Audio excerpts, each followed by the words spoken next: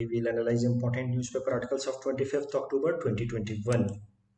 Please note you can download the PDF version of today's newspaper analysis by clicking the link given in the comment section. You can also download the September month of magazine from our website SPMIS Academy. This is the list of the topics that we will be covering from today's newspaper. And the first article is taken from editorial segment. It is about Conference of Parties number 26 that is to be held in Glasgow. And this topic is important from our syllabus paper 4 environment point of view.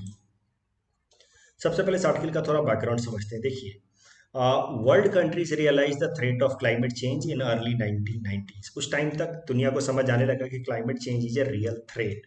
उसके पहले तक ऐसा लगता था कि it is a propaganda जो develop countries impose कर रहे हैं ओवर डेवलपिंग कंट्रीज, ताकि डेवलपिंग कंट्रीज डेवलप ना कर पाए, वो इंडस्ट्रियल डेवलपमेंट ना कर पाए। इसलिए climate change, pollution, green house gas emission की बातें की जा रही है। But by 1990s there were enough data to suggest कि क्लाइमेट चेंज इज रियल।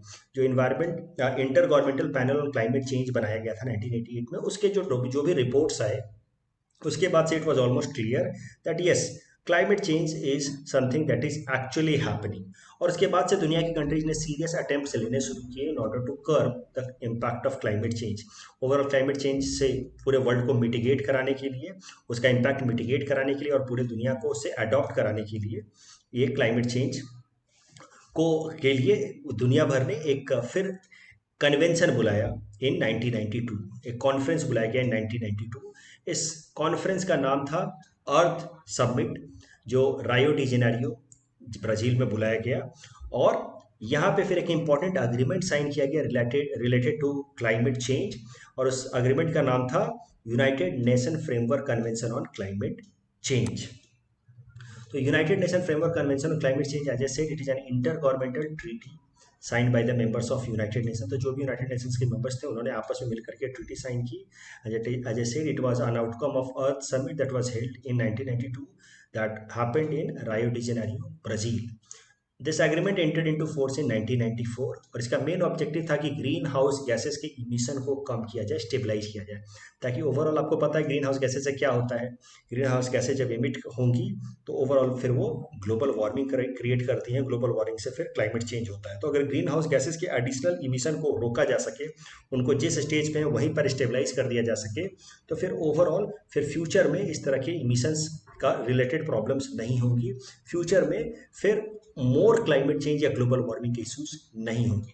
फिर वर्ल्ड कंट्रीज ने मिलकर के फैसला लिया कि देखिए, अभी तो हमने बस कन्वेंशन साइन किया है जिसमें हमने सोचा है कि हम आगे फ्यूचर में इस तरह की पॉलिसीज बनाएंगे जिससे क्लाइमेट चेंज को मिटिगेट किया जा सके और ओवरऑल अर्थ को अडेप्ट कराया जा सके।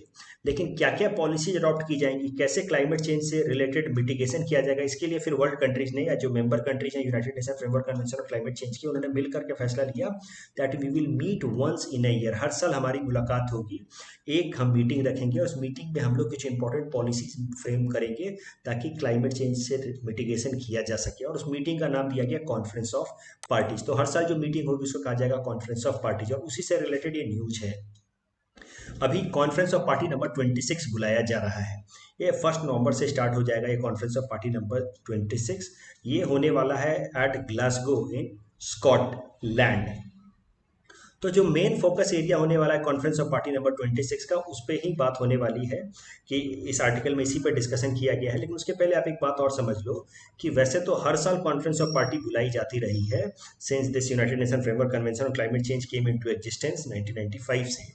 लेकिन जो पिछला साल था 2020 वाला साल, वो एक इकलौता ऐसा साल था जब इसकी United Nation framework convention on climate Change की कोई भी कॉन्फ्रेंस ऑफ पार्टी नहीं बुलाई गई थी। And this was mainly because of the pandemic. You can see conference of party number 26 was scheduled to be held last year only at the same venue, that is in Glasgow, but it was put off for the first time in the history because of the pandemic.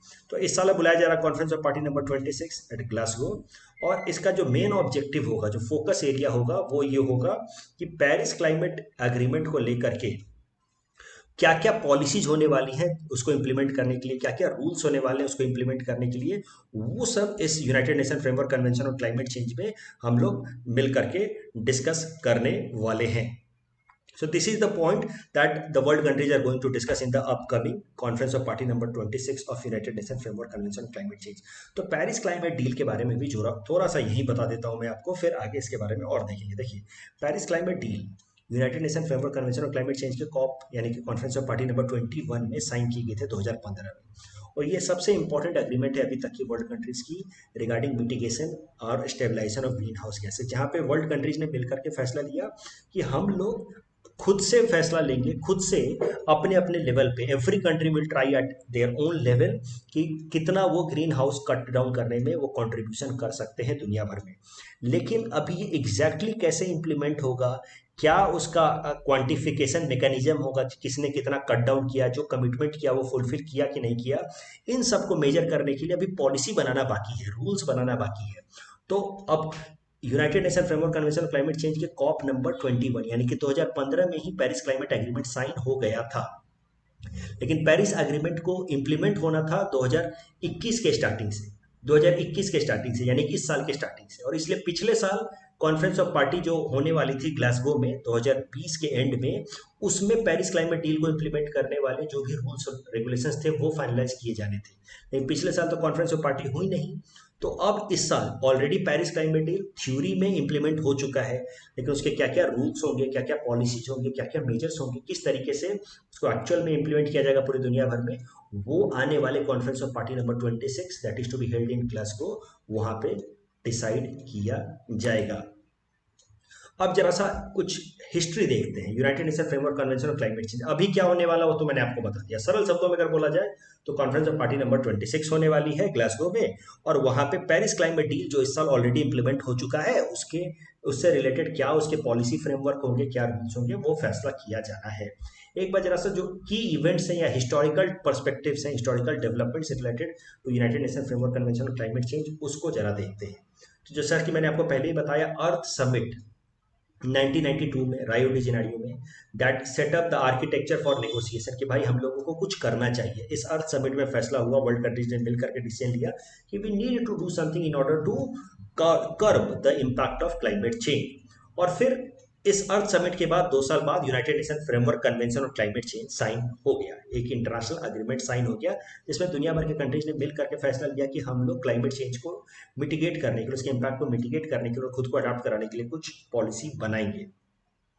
तो United Nation framework convention on climate change जब पहली बार बनाया गया था, तो उसमें जो एक पॉलिसी अडॉप्ट की गई थी, उस पॉलिसी का नाम था कॉमन बट डिफरेंशिएटेड रिस्पॉन्सिबिलिटी। इसको जरा ध्यान से समझिए, कॉमन बट डिफरेंशिएटेड रिस्पॉन्सिबिलिटीज। माना गया कि जो डेवलप्ड कंट्रीज हैं, जो ऑलरेडी इंडस्ट्रियलाइज हो चुके हैं, वो कंट्रीज कहीं ना कहीं ज्यादा जिम्मेदार हैं, they are more responsible for green house emission so far, क्योंकि वही इंडस्ट्रियलाइज हैं, तो वो they are more responsible plus they are more capable also, since they have more resources, they are more rich, so they have better technologies also, so they are more responsible plus they are more capable of mitigating the impact of climate change, and that is why their responsibility is bigger।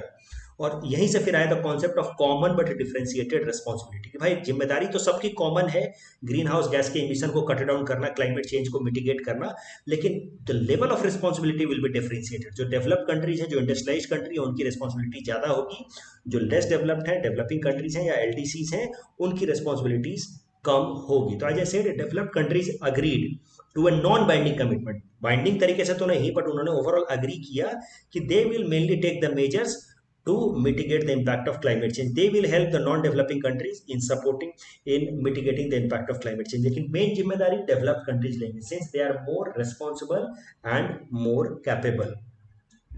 फिर conference of party, आपको पता है कि United Nation framework convention on climate change 1994 में बना दिया गया। Conference of party 1995 से बुलाई जाने लगी।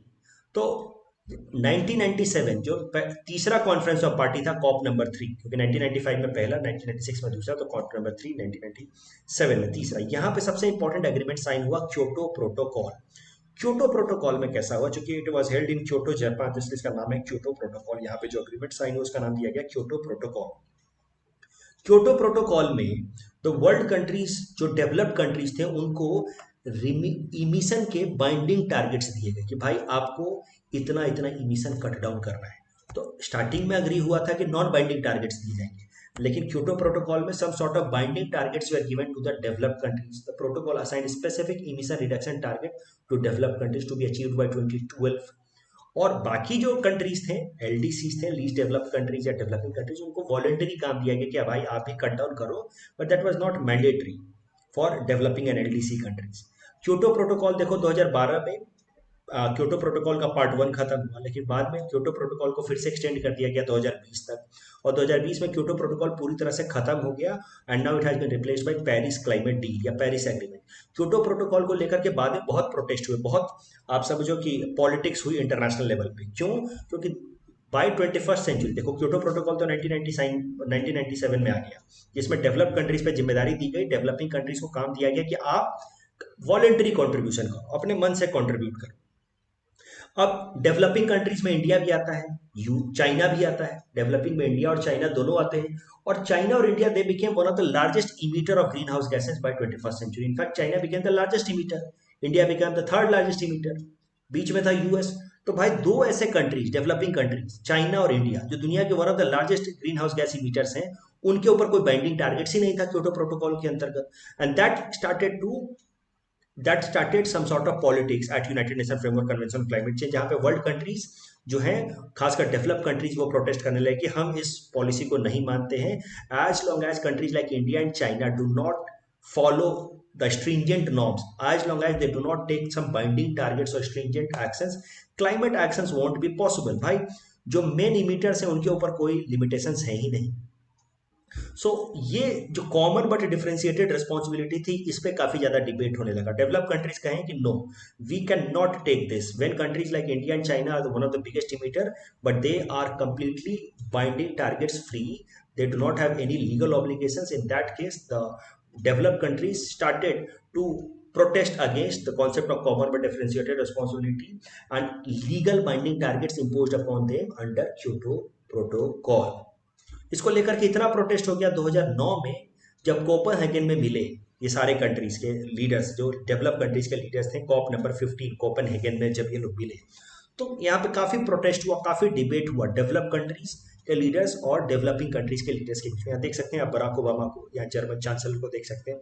तो डेवलप कंट्रीज के लीडर्स अब बिल्कुल भी रिफ्यूट कर रहे थे कि नहीं, हम लोग अब क्योटो प्रोटोकॉल के बाइंडिंग टारगेट्स को पूरा नहीं करेंगे until countries like India and China also becomes more responsible.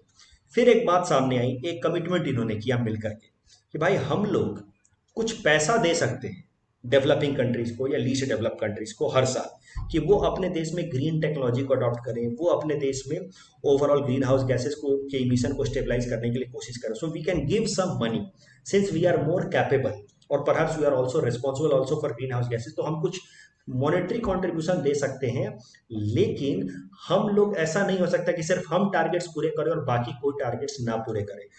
Countries like India, China और other developing countries also need to achieve some targets.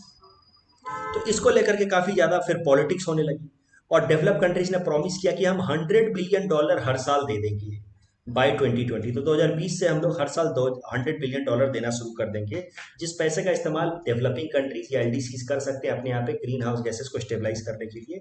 लेकिन डेवलपिंग और एलडीसी कंट्रीज को भी कुछ हद तक बाइंडिंग टारगेट्स मानने होंगे, उनके ऊपर भी इक्वल जिम्मेदारी होनी चाहिए। पूरी की पूरी responsibility, legal obligations develop countries के ऊपर नहीं आनी चाहिए। तो इसी दौरान फिर बनाया गया the concept of green climate fund. Green climate fund जहां पे डेवलप कंट्रीज ने प्रॉमिस किया कि 2020 तक हम लोग फिर हर साल $100 बिलियन की फंडिंग देना शुरू कर देंगे in order to mitigate climate change. तो ग्रीन क्लाइमेट फंड का जो कॉन्सेप्ट दिया गया था, that was given in this Copenhagen summit और conference of party number 15 held in 2009। फिर 2010 में जब कैनकन मेक्सिको में कॉप नंबर 16 कराई गई, वहां पे ग्रीन क्लाइमेट फंड को पूरी तरह से कॉन्स्टिट्यूट कर दिया गया, जहां पे डेवलप कंट्रीज ने बोला कि हम $100 बिलियन हर साल देना शुरू करेंगे 2020 से। वो बात अलग है कि इस साल 2020 अब आ चुका है और इन कंट्रीज ने $100 बिलियन का कंट्रीब्यूशन नहीं किया है। फिर जो सबसे इंपॉर्टेंट कॉन्फ्रेंस ऑफ पार्टी हुई वो थी conference of party number 21 held in 2015, जहां पे पेरिस क्लाइमेट एग्रीमेंट साइन हुआ। और पेरिस क्लाइमेट एग्रीमेंट में मेन जो पॉलिटिक्स हो रही थी उसके पहले, वो इम्पैक्ट आपको दिखेगा पेरिस क्लाइमेट डील में। जहाँ पेरिस क्लाइमेट डील में किसी भी कंट्री पे कोई बाइंडिंग टारगेट्स नहीं दिए गए, बोले भाई आप अपने हिसाब से डिसाइड करो, चाहे आप डेवलप्ड हो चाहे डेवलपिंग हो, you decide your target according to your own convenience, no binding targets will be put on you, every country should decide what best they can do. भाई आप क्या कर सकते हो, आप अपने हिसाब से करो। Through this the concept of INDC came, intended nationally determined contribution, कि आप कितना नेशनल लेवल पे कॉन्ट्रीब्यूट कर सकते हो, यू टेल मी। तो इस तरीके से चाहे डेवलप्ड हो या डेवलपिंग हो, every country was asked to give their INDC, no binding targets, no discrimination, no differentiated responsibility. But हाँ, जो आप बाइंडिंग आप अपने लिए टारगेट सेट करोगे, उसकी ऐसी मैकेनिज्म होनी चाहिए कि प्रॉपर रिपोर्टिंग हो और प्रॉपर वेरीफाइबल हो, कि तभी जाकर के माना जाए कि हाँ आप अपने टारगेट्स पूरे कर रहे हो। और ओवरऑल टारगेट भी सेट कर दिया गया कि हमें इस तरह से अपना गोल सेट करना है कि ओवरऑल जो टेम्परेचर राइज है that should be less than 2 degree Celsius of the pre industrial level. तो प्री इंडस्ट्रियल लेवल जनरली माना जाता है 1870 से पहले पहले का टाइम माना जाता है। तो उस टाइम से जो भी टेम्परेचर, उस टाइम से टेम्परेचर राइज होना शुरू हुआ है, 1870 से टेम्परेचर राइज होना शुरू हुआ है, तो माना जाता है कि उस टाइम से जो भी एवरेज टेम्परेचर था पूरी दुनिया का, उससे 2 डिग्री सेल्सियस ज़्यादा टेम्परेचर राइज नहीं होने देना है बाय द एंड ऑफ 2100। इस तरह से हमें अपने टारगेट्स सेट करने हैं इन INDC। तो तुम दुनिया के तमाम कंट्रीज ने अपना अपना INDC अनाउंस किया कि हम ये कंट्रीब्यूट कर सकते हैं, हम ये कंट्रीब्यूट कर सकते हैं। कई सारे कंट्रीज ने अनाउंस कर दिया कि हम नेट जीरो बन के दिखाएंगे, मतलब ओवरऑल इमिशन को जीरो कर देंगे, जैसे चाइना ने भी इस तरह का कंट्रीब्यूशन प्रॉमिस किया है। लेकिन इंडिया का INDC जरा देखते हैं। India has promised an INDC, जहां पे इंडिया के 3 मेन पॉइंट्स हैं। इंडिया ने कहा है कि हम अपना GDP emission intensity of its GDP को रिड्यूस कर देंगे by 33 to 35% by 2030 level of 2005 level. इसका क्या मतलब जरा समझिए। जो भी हम इमिशन करते हैं, ग्रीन हाउस गैसेज का इमिशन करते हैं, तो green house gas emission per unit of GDP, यानी कि जितना ग्रीन हाउस गैस इमिशन करते हैं, CO2 और equivalent of other green house gases divided by और GDP, उसको कहा जाता है इमिशन इंटेंसिटी। तो जो हमारी इमिशन इंटेंसिटी 2005 लेवल में थी, उससे हम लोग लगभग 33 से 35% तक हम लोग अपना green house gas emission intensity को कट डाउन कर देंगे बाय 2030। उसके अलावा we will be creating an additional carbon sink of 2.5 to 3 billion tonnes, यानी कि हम लोग इतना और ट्री कवर बनाएंगे। ट्री होते हैं, they act as carbon cover, यानी कि they can absorb more and more, they act as carbon sink, तो they absorb more and more carbon dioxide. तो हम इतना ट्री और लगाएंगे, एडिशनल पेड़ पौधे और लगाएंगे, जिससे 2.5 to 3 billion tons of CO2 extra absorb हो पाए। उसके अलावा बाय 2030 वी विल टारगेट कि जितना भी हम लोग पावर प्रोडक्शन करते हैं, उसका 40% पावर जो है वो रिन्यूएबल एनर्जी से आए, which is a cleaner source of energy. तो अभी तक जो हमने United Nation framework convention of climate change के बारे में पढ़ा, उसको जरा देखते हैं। रायो डी जेनेरियो अर्थ समिट में पहली बार क्लाइमेट चेंज को लेकर के कुछ इंटरनेशनल कन्वेंशन सेटअप करने की बात की गई। 1994 में फिर ये convention, United Nation framework convention of climate change, sign कर दिया गया। इंपॉर्टेंट कॉन्फ्रेंस ऑफ पार्टीज मैंने बताया, पहला कॉप हुआ था बर्लिन जर्मनी में 1995 में। तीसरा सबसे इंपॉर्टेंट था कॉप नंबर 3 क्योटो जापान में 1997 में। यहाँ पे क्योटो प्रोटोकॉल लाया गया। Kyoto Protocol, I told you, Kyoto Protocol part 1 expired in 2012 and part 2 expired in 2020। तो कॉप नंबर 15 सबसे इंपॉर्टेंट कॉप है आफ्टर क्योटो प्रोटोकॉल, क्योंकि यहाँ पे बहुत सारी पॉलिटिक्स हुई रिलेटेड टू क्योटो प्रोटोकॉल की। वर्ल्ड डेवलप कंट्री सेट कि हम लोग बाइंडिंग टारगेट्स नहीं ले सकते। बाद में कैंकन समिट, जो कॉप नंबर 16 था, वहाँ पे ग्रीन क्लाइमेट फंड लगाया गया, बनाया गया। डेवलप कंट्रीज ने कहा कि हम $100 बिलियन हर साल दे देंगे, but we will not take up any binding target just for ourself, and we will not, countries like India and China, let off. फिर 2015 में लाई गई Paris climate deal, COP number 21, जिसमें कहा गया कि भाई किसी भी कंट्री पे कोई भी बाइंडिंग टारगेट नहीं होगा, everyone make their own INDC। और अब कॉप नंबर 26 2021 में जो होने वाला अगले वीक से ग्लासगो में, वहां पे फैसला लिया जाएगा कि पेरिस क्लाइमेट डील को एक्जैक्टली इंप्लीमेंट कैसे करना है, कैसे कंट्रीज की प्रॉपर रिपोर्टिंग सिस्टम लानी जानी है, कैसे कंट्रीज को प्रॉपर चेक करना है कि वो अपनी INDC को फुलफिल कर रहे हैं कि नहीं कर रहे हैं। इस टॉपिक के बेसिस पे प्रीलिम्स प्रैक्टिस क्वेश्चन हमने आपको दे रखा है। Please attend this question and you can submit the answer in the comment section. The next article taken from international segment, it is about international year of fruits and vegetables. ये topic जो है वो PT perspective से important है, हो सकता है आपसे प्रीलिम्स में पूछ ले अगले साल के, बट मेंस में इसका डायरेक्टली मुझे नहीं लगता कुछ सवाल आएगा। जरा देखते हैं, छोटा सा टॉपिक है। यूनाइटेड नेशंस ने 2021 का जो साल है इसको डिक्लेयर किया है as the international year of fruits and vegetables, and this has been done in order to achieve the United Nations sustainable development goal number 3। United Nations Sustainable Development Goal number 3, which says ensure healthy lives and promote well-being for all at all ages। तो भाई ये United nation sustainable development goal number 3 है, सरल शब्दों में कहें तो hunger को कम करना। और उसके लिए उस गोल को अचीव करने के लिए यूनाइटेड नेशन ने डिक्लेयर किया है इस साल को 2021 को आज united international year of fruits and vegetables, and this was done after recommendation of United nation specialised agency united nation food and agriculture organisation FAO. The next article is taken from Science and Technology segment. It is about LIDAR technology. This topic is important from our syllabus paper 4 Science and Technology point of view. It is also important from our syllabus paper 6 Assam issues point of view. तो लीडार technology के बारे में पहले समझते हैं। इसका full form है light detection ranging technology.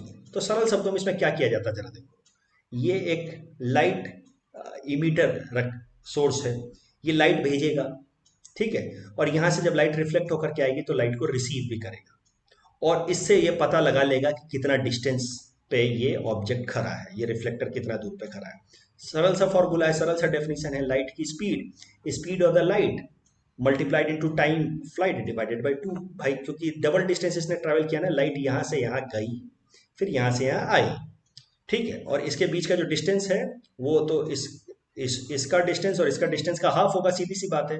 तो लाइट के स्पीड और जितना टाइम लगा उसको मल्टीप्लाई किया जाए तो that will be this much distance, right. उसको हाफ से डिवाइड कर दो तो speed of light multiplied by time of light divided by 2 will give the distance between this lidar technology source and this emitter, I am so sorry, the reflector. अब lidar technology का इस्तेमाल किया जाता है देखो अर्थ सरफेस के बारे में जानने के लिए। ऐसे ड्रोन वगैरह पे लिडार टेक्नोलॉजी लगा करके अर्थ सरफेस के बारे में जाना जाता है कि कहाँ पे पहाड़ है, कहाँ पे जंगल है, कहाँ पे नदियां हैं। सो अर्थ की जो टोपोग्राफी है मतलब स्ट्रक्चर ऑफ द अर्थ के बारे में पता लगाया जाता है by using lidar technology. It gives 3D representation of the earth structure, it gives 3D representation. जैसे यहाँ देखिए, इसमें आप देख सकते हैं किस तरीके से ब्रिज वगैरह इसके बारे में पता चल जाएगा, कहाँ पे रोड है, क्या है। It gives 3D representation with help of lidar technology. अब ये न्यूज में इसलिए है क्योंकि असम सरकार ने फैसला लिया है कि वो लिडार टेक्नोलॉजी का इस्तेमाल करेंगे पूरे आसाम की सर्वे करने के लिए। आसाम की टोपोग्राफी का पता लगाएंगे with help of lidar technology और उसके मदद से फिर वो डेवलपमेंटल प्रोजेक्ट्स डिसाइड करेंगे कि कहाँ पे किस तरह के ब्रिज, रोड्स, इंफ्रास्ट्रक्चर डेवलप किए जा सकते हैं। ये जो लिडार टेक्नोलॉजी वाला प्रोजेक्ट है जिससे आसाम की टोपोग्राफी के बारे में स्टडी की जाएगी और फिर इंफ्रास्ट्रक्चरल प्लान्स बनाए जाएंगे, that will be taken up by a company जिसका नाम है वापकोस। This WAPCOS is a PSU under ministry of जल शक्ति। इस पर टोटल जो खर्च आएगा 1 स्क्वायर किलोमीटर एरिया का सर्वे करने में लगभग 36,000 का खर्च आएगा। The next article is taken from economy segment. It is about handloom sector.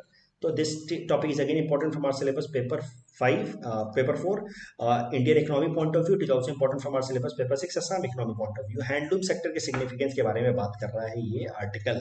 Handloom का इंपॉर्टेंस समझ लीजिए। हैंडलूम के एक कल्चरल सिग्निफिकेंस है, इंटरनेशनल रिलेशंस में सिग्निफिकेंस है, हैंडलूम का इकोनॉमी में सिग्निफिकेंस है। हर एंगल से handloom is very important sector for our country. Heritage या कल्चरल सिग्निफिकेंस है, हैंडलूम के जो भी कपड़े होते हैं वो इंडिया के कल्चर को रिप्रेजेंट करता है। उसके अलावा हैंडलूम का हम लोग इंटरनेशनल रिलेशंस में इस्तेमाल करते हैं सॉफ्ट पावर को डेवलप करने के लिए। फॉर एग्जांपल कुछ दिनों पहले एक सारी डिप्लोमेसी प्रैक्टिस की गई थी जिसमें जो भी हमारे देश के डिप्लोमेट्स हैं वो सारी पहन करके अपने फोटो को शेयर कर रही थी, and they were encouraging diplomats, lady diplomats of other countries also to follow और to participate in this hashtag sari diplomacy. तो इससे कैसा है, sari becoming popular across the world amongst the diplomats और इससे इंडिया की सॉफ्ट पावर बढ़ रही है। आप देखते हैं कि ज्यादातर जब वर्ल्ड लीडर के साथ हमारे प्रधानमंत्री या कोई भी important head of the states मुलाकात करते हैं तो खादी के कपड़े पहनते हैं। वो हमारी कल्चर को का भी प्रेजेंटेशन होता है, and where khadi becomes popular in other countries that increase in India's soft power, that helps in increasing India's soft power. उसके अलावा खादी का इकोनॉमिक बेनिफिट देखिए, it is second largest source of employment in India after agriculture.